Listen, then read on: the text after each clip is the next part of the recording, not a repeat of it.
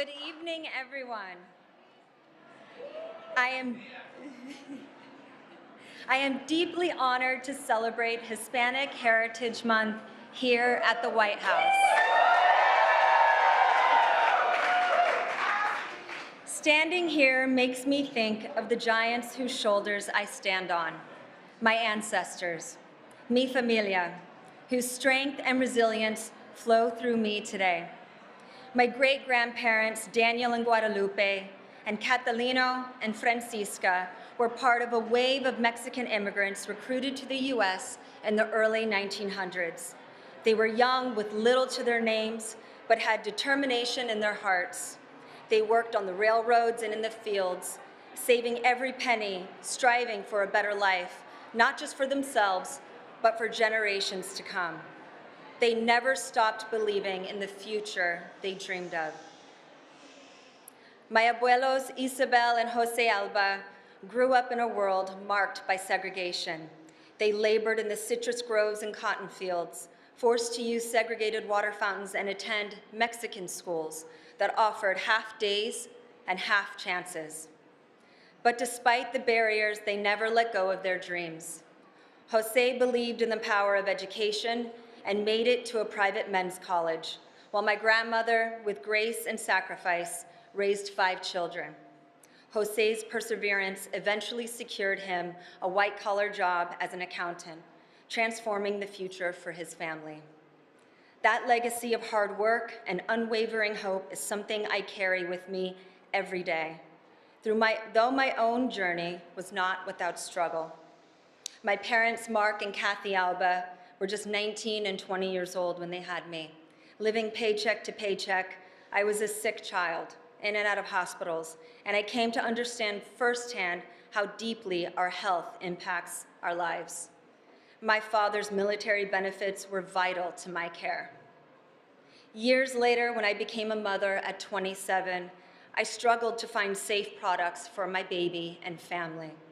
I channeled my ancestors' drive and resilience to build a company focused on protecting the health of people and the planet.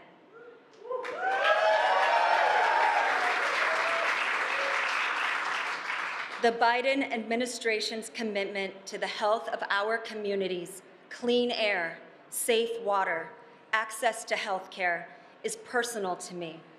They understand the importance of giving everyone a chance to thrive, just like my family. Today, President Biden and Vice President Harris have gathered us to honor the voices, stories, and contributions of our communities. My abuelito Jose never put limits on what I could achieve. I know he's proudly watching over me as I introduce a man who has stood up for our dreams.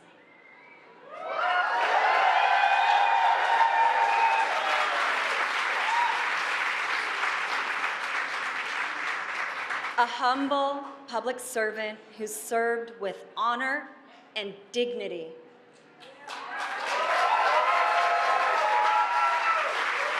Put your hands together for the President of the United States, Joseph R. Biden.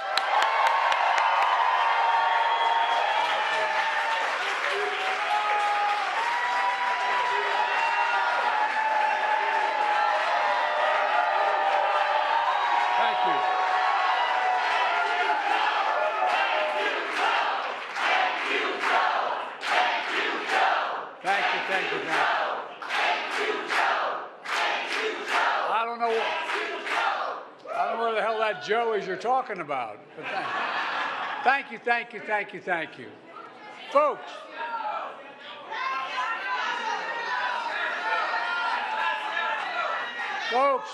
welcome to one of the biggest Hispanic Heritage Months ever at the White House. Before I begin, some of you have a lot of good friends here, a lot of elected officials. Not going to go through all, but I want to point out something I heard you say all the time. One of the things that is changing, and the Hispanic community is going to change America even more. 25% of K through 12 children are Hispanic. 25%. I've been saying this for a while. Some of you thought I was exaggerating, but I'm telling you, what's going to happen over the next 10, 12 years is going to change the dynamic of this country in a big way. And by the way, Jessica, thank you for the introduction. She's an actor, producer, advocate, author, and she knows how to build companies. Jessica, if I'm really good, maybe you can get me a job in this area. God love you. Youngest Latina to start and take a company public and build a billion-dollar company. You're something else.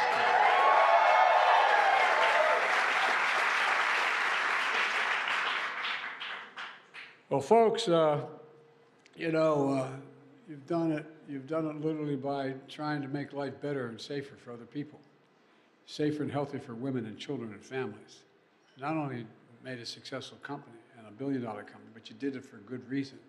You did it not just for the profit. You did it for the people you care about, and it matters. It matters. And you've done it by embracing your heritage, a proud Hispanic heritage that I see in all of you here today. I want to recognize our congressional partners who are here, including Pete, Chair of the House Democratic Caucus, Nanette, where's Nanette? Nanette's crazy about me now. I'm leaving, so she loves me. No, I'm on.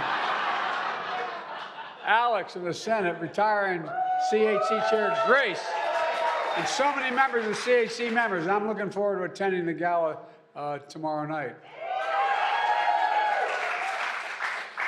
I also thank you all for all the public service and educators who are here, artists, innovators, labor leaders, and more who are here today, the members of the most diverse administration in history. I made a commitment when I got elected. I was going to have an administration that looked like America, that taps into the full talents of our nation, including the incredible Hispanic cabinet members who are here today. Secretary of Education Cardona, where are you, Mr. Secretary? Yeah. Small Business Administrator Guzman. Where's Administrator Guzman? Stand. There you are. Secretary of the Navy, Carlos Del Toro. The Navy's here somewhere. Nice. Okay, man. Well, thank you. Thank you. The saying goes, you are your ancestors' dream. You know, I think about the courage of so many of you and your ancestors who came to America to start a new life. A nation that's more than just a place. You know, we're the most unique nation in American history, in the history of the world. We're the only nation not built on geography, ethnicity, or religion, but based on an idea, not a joke, an idea that we believe all men and women are created equal, endowed by the Creator. No, I'm serious. Think about that as the base, not a joke. We're a nation of immigrants. We're a nation of immigrants. And by the way, it's an idea, not geography, an idea. And everyone deserves to be treated equally throughout their lives. You know, while we've never fully lived up to that, we've never walked away from it either. And we're sure in hell not walking away from it now.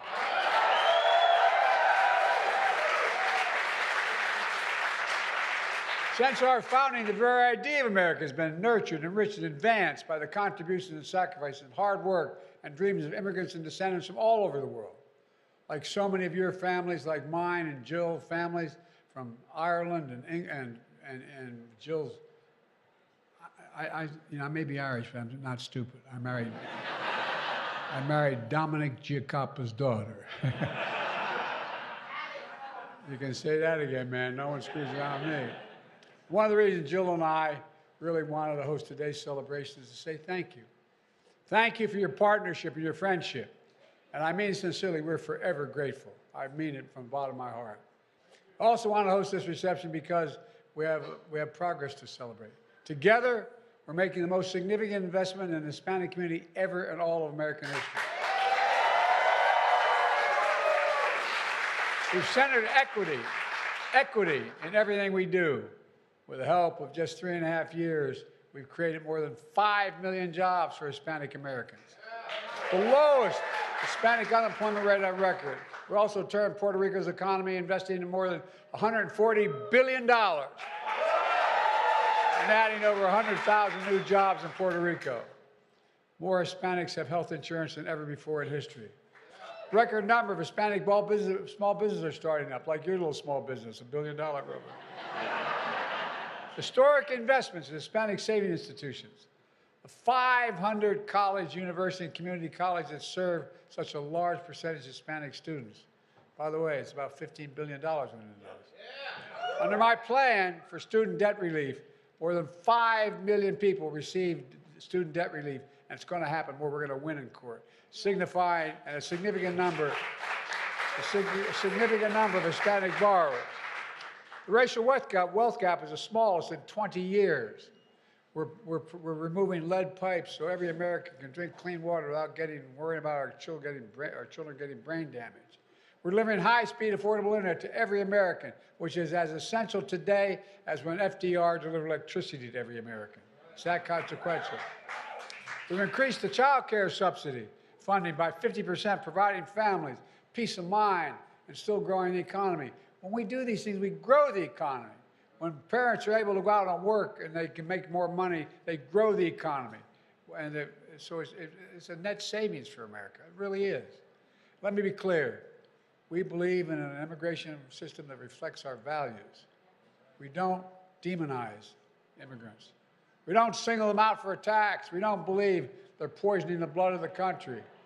We're a nation of immigrants, and that's why we're so damn strong.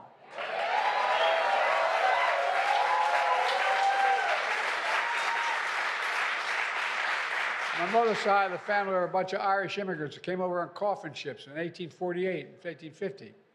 And guess what?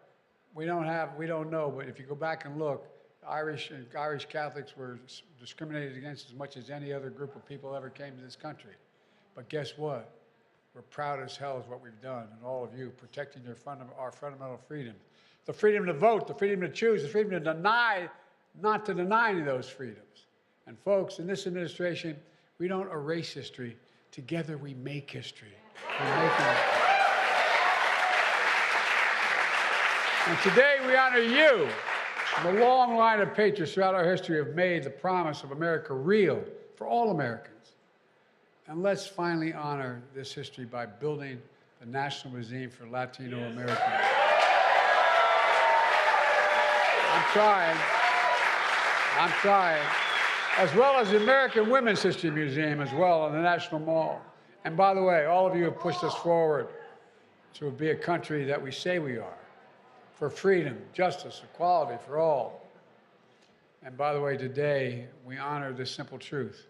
Hispanic history is American history. And by the way, a lot of y'all have been here a hell of a lot longer than any of the rest of us. In America. Yo, not a joke. Hispanic excellence is American excellence. Look, you're all standing and you're all going to start to rebel in a second, so I'm going to close this out. I was elected to the United States Senate as a 29-year-old kid. I wasn't old enough to be sworn in. I had to wait 17 days to be eligible. And by the way, I was motivated, not a joke. Many of you have been in my office. I have several busts, one of Cesar Chavez, who came to Delaware to organize the farm workers in Delaware. Our largest industry, everybody thought was the pond company. It's a $4 billion industry in agriculture and chicken. He came to organize. Here I stand 50 years later as your president, honored to celebrate the heritage of this incredible community. I always thank you. I always said America is defined by one word. I spent an awful lot of time with Xi Jinping, more than any other world leader has. I spent over 90 hours alone with him, literally, traveled 17,000 miles with him. I was on the Himalayan plateau with him, and he asked me, he said, can you define America for me? Not a joke. Some of you have heard this. It's true. I said, yes, one word. He looked at me through an interpreter. He said, what's the word? I said, possibilities. Everything's possible in America. Everything is possible in America. It's also the one word that defines Hispanic possibilities, heritage, possibilities. Because I've never been more optimistic about the future. Just have to remember who the hell we are. I really mean it. We're the United States of America. We're the only nation in the world that's come through every crisis stronger than we entered that crisis, every single time, when we move together. Folks, I mean this from the bottom of my heart. I am more optimistic about the future of America than I've ever been in the world before. We have the strongest economy in the world. We have the best system in the world. We just have to remember who the hell we are. And by the way, it all depends on maintaining our democratic values. So folks, there's a whole hell of a lot. This is the single most consequential election, maybe the lifetime of anyone standing here, because it matters. The other team doesn't see the world like we see it. They don't have the same attitude we have. They are the most closed-minded people that I've ever dealt with. Like I said, I know I only look like I'm 40, but I'm a lot older. I've been here 51 years. I was a senator for 36 years. Vice president. Out 4 years, we're working as the Penn Biden Center. And then back here for 4 years. Folks, there's nothing we can't do. I really mean it. And that's why I'm so happy about Kamala being upbeat about what's happening. So folks, you're not going to let us down. I have one great regret. There was a significant senator from the state of Texas, Democrat, who looked at me one day and he said, "Joe, I think you're going to run for president one day." I said, "What the hell?" I didn't know what he was talking about. He said, "But if you ever want to lead America, you ever want to win in Texas, you got to learn to speak Spanish." True story. I took 5 years of French in high school and college. I do. I am. And by the way, so what happened was, I tried to speak French early on in my career in France, and they just laughed at me. I tried to speak. We had the largest influx of Hispanics in 1980 census as any state in the union as a percentage. So I got up, and we have a large community. And I got up and I made a speech in Spanish. I mangled it. And they all cheered and said, "Thank you." Thank you, thank you, thank you. Appreciate it. And the bad news for you all is I'm not going anywhere. Thank you.